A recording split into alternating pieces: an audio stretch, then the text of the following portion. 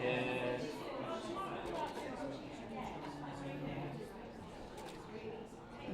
Thank you, Jen. I don't think I ever wanted to be anything else, actually. Certainly not since I was a teenager.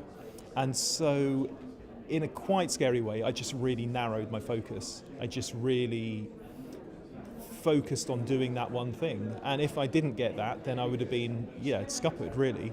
Luckily I did.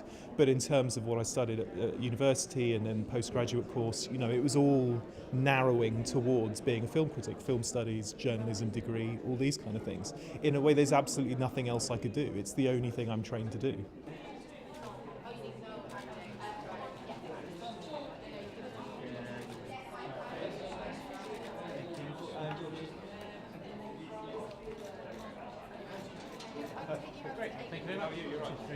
Well, in a way, it's easier now and more difficult. It's easier because you can get your voice heard, you can publish stuff yourself.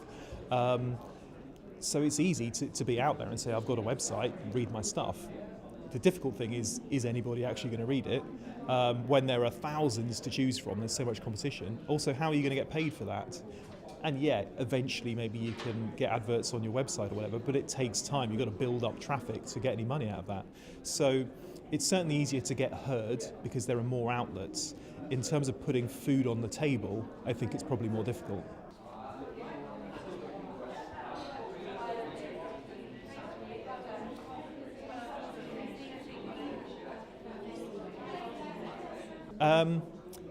If you give someone a bad review and then you meet them afterwards,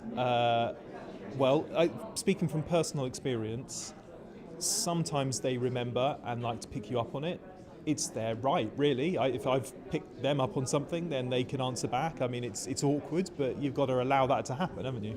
But this is why I think a lot of actors, directors don't actually read reviews, because they just don't want to know. They don't want that stuff in their head because of situations that might arise in the future.